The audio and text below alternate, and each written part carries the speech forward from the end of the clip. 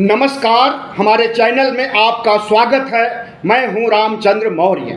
साथियों, धर्मांतरण पर वीडियो बनाने से पहले आपसे हम अपील करते हैं कि हमारे चैनल को सब्सक्राइब कर लीजिए। इससे हमें बड़ी ताकत मिलेगी। सब्सक्राइब के सामने की घंटी को जरूर दबाइए ताकि विश्लेषण वाला वीडियो सबसे पहले आपको मिले। योगी आदित्यनाथ ने उत्तर प्रदेश में धर्मांतरण पर कड़ा कानून बनाने के लिए बिल 29 जुलाई 2024 को पेश कर दिया है। और इस कानून की सबसे बड़ी खासियत यह है कि धर्मांतरण अगर अवैध रूप से हुआ तो 1 लाख रुपए तक जुर्माना लगाया जा सकता है और आजीवन कारावास जेलों के पीछे सीकचों में भुगतना पड़ेगा। आपको मालूम है कि धर्मांतरण या धर्म परिवर्तन हमारा फंडामेंटल राइट यानी मौलिक अधिकार है। संविधान के अनुच्छेद 25 से 28 तक यह प्रावधान किया गया है कि इस देश के निवासी अपने धर्म का परिवर्तन करके दूसरे धर्म में दीक्षा ग्रहण कर सकते हैं, दूसरे धर्म को भी अपना सकते हैं, अपने धर्म का परित्याग कर सकते हैं, चाहे वह हिंदू हो, चाहे वह मुस्लिम हो, चाहे वह सिख हो, चाहे वह ईसाई हैं। जितने भी धर्म हैं सभी धर्मावलंबी अपने धर्म का परिवर्तन कर सकते हैं अपनी आवश्यकता और श्रद्धा और समय में होते परिवर्तन के अनुसार। लेकिन दूसरा प्रावधान यह भी है कि अगर बलपूर्वक या फिर लाचारी में या फिर विकलांग को या फिर कम बुद्धि के लोगों का धर्मांतरण कराया जाता है तो इसे अपराध माना जाएगा। किसी डर या दबाव, लालच, प्रलोभन, पैसा, धन, प्रॉपर्टी लेकर के कोई धर्म परिवर्तन करता है तो यह अवैध माना जाएगा। उत्तर प्रदेश सरकार इसी का फायदा उठा रही है और पूरे धर्मांतरण को रोकना चाहती है।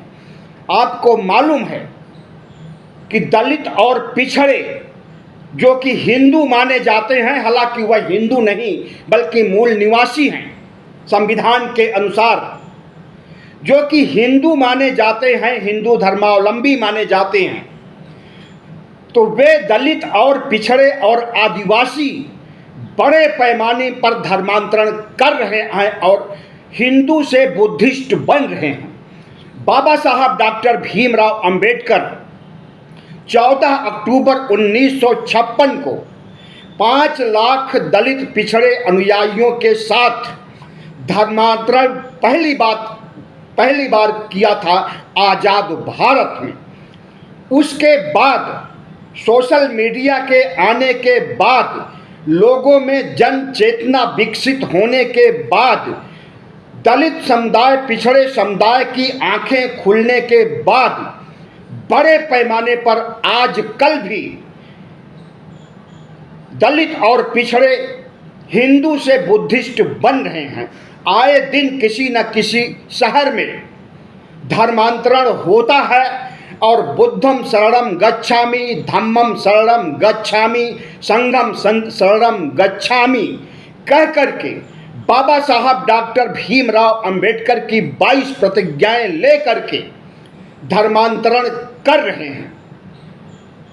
भारतीय जनता पार्टी को इसी से आघात पहुंचा है कि दलित और पिछड़े हिंदू से बुद्धिस्ट क्यों और कैसे बन रहे हैं।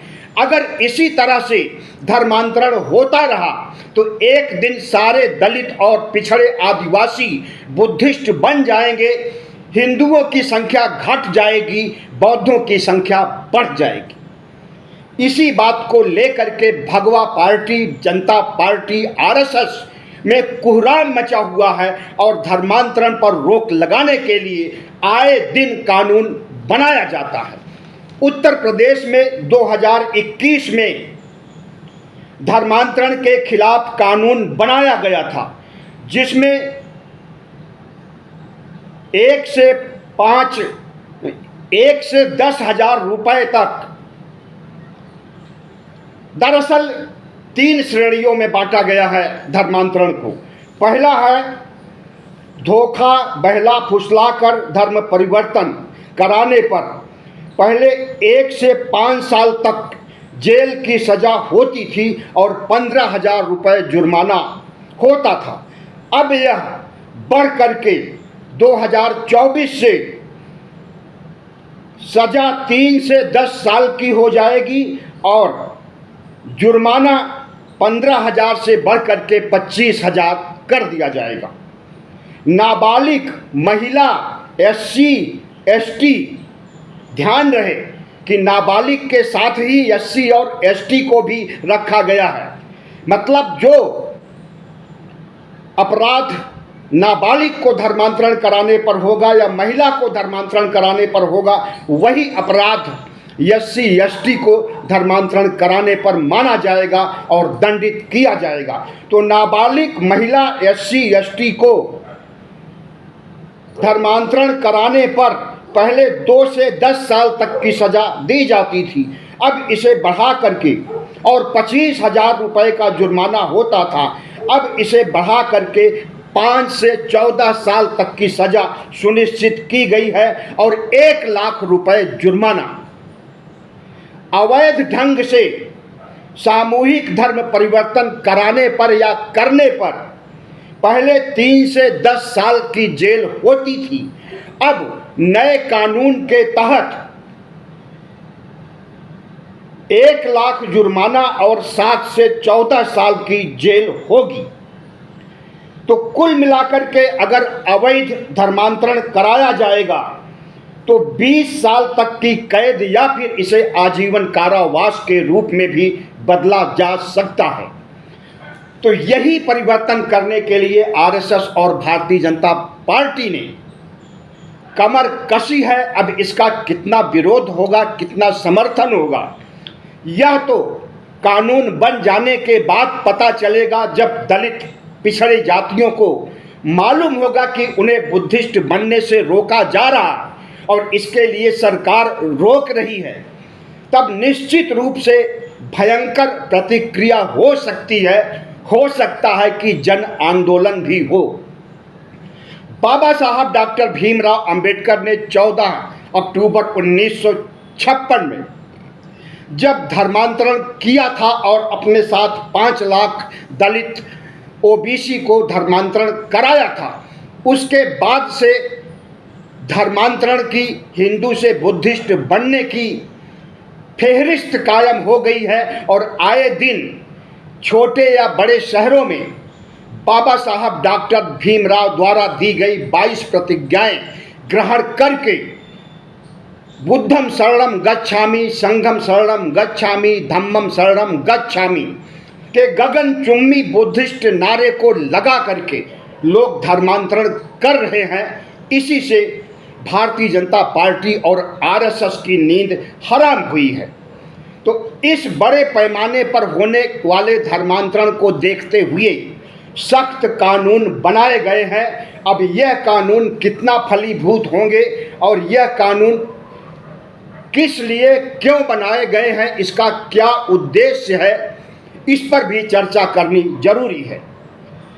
तो जो उत्तर प्रदेश में धर्मांतरण कानून का बिल पेश किया गया है, इसमें नाबालिग, दिव्यांग, मानसिक रूप से दुर्बल व्यक्ति, महिला, SC, ST का धर्म परिवर्तन कराए जाने पर और दोष सिद्ध होने पर कड़े से कड़े दंड का प्रावधान है।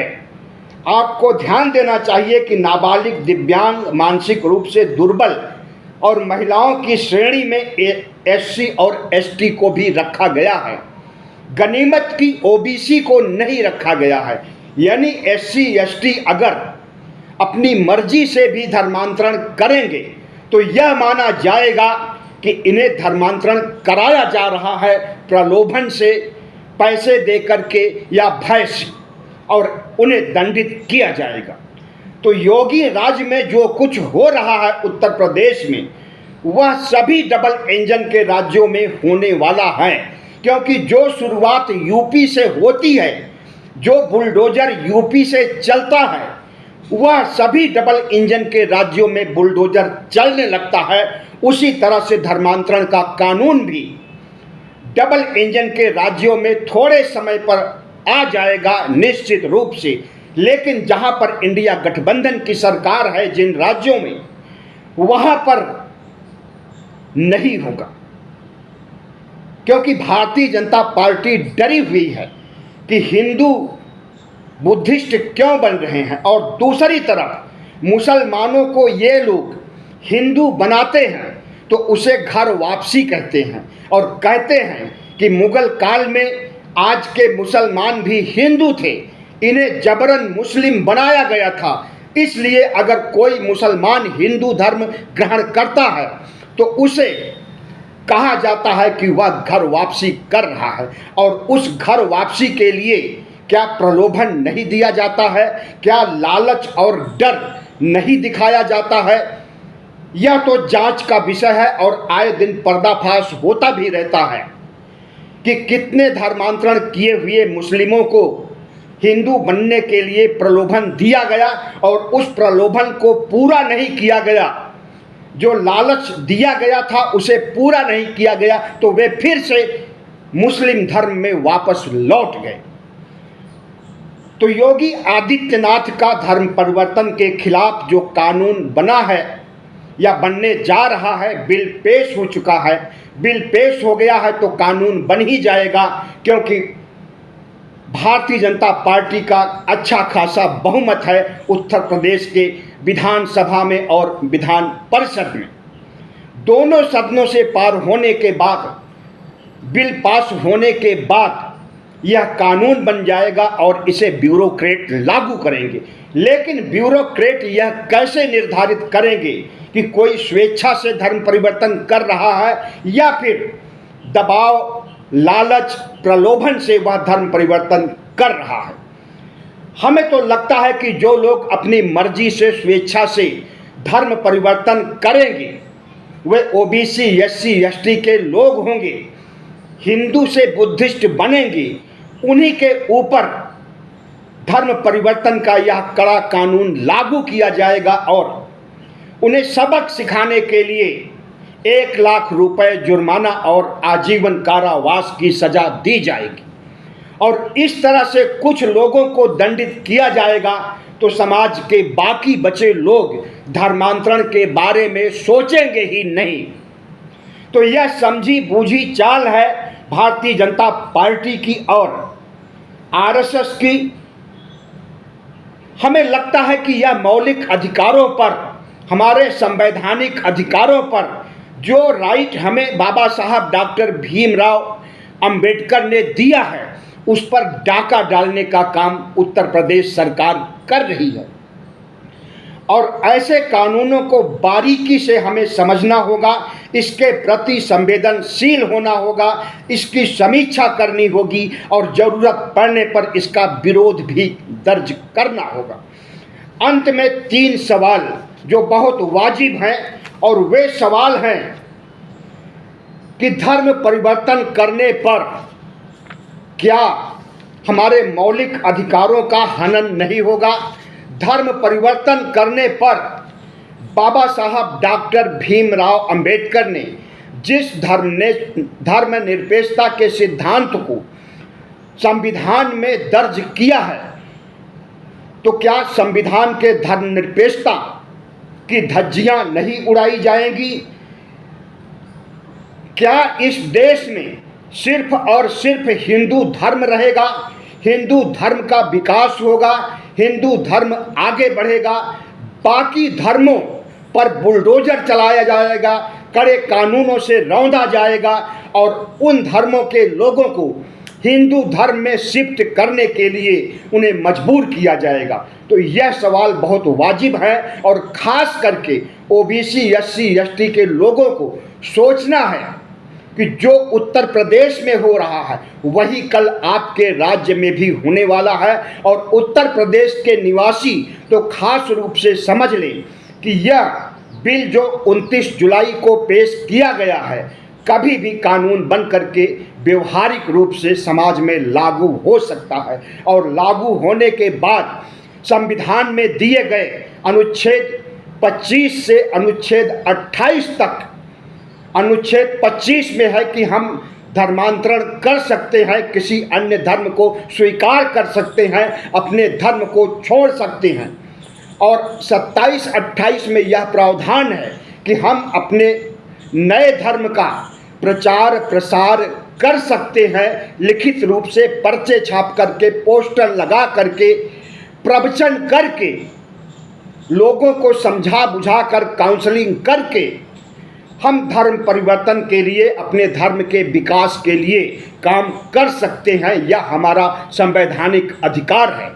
तो जो हम प्रवचन देंगे या सलाह देंगे धर्म परिवर्तन के लिए, क्या उसे यह नहीं माना जाएगा कि जबरन धर्मांतरण कराया जा रहा है? हमें लगता है कि माना जाएगा और इसके आधार पर कार्रवाई भी की जाएगी। लेकिन जब इस कड़े कानून के खिलाफ ओबीसी एससी एसटी का एक बड़ा हिस्सा खड़ा हो जाएगा और जिस तरह से संविधान के मुद्दे पर बीजेपी सरकार को बैकफुट पर ला दिया गया है, उसी तरह से धर्मांतरण के मुद्दे पर बैकफुट पर ला दिया जाएगा और यह आजीवन कारावास और 1 लाख रुपए जुर्माने का कानून भी वापस लिया जाएगा। बहुत बहुत धन्यवाद। हमारे चैनल को सब्सक्राइब कीजिएगा, लाइक कीजिएगा और शेयर कीजिएगा।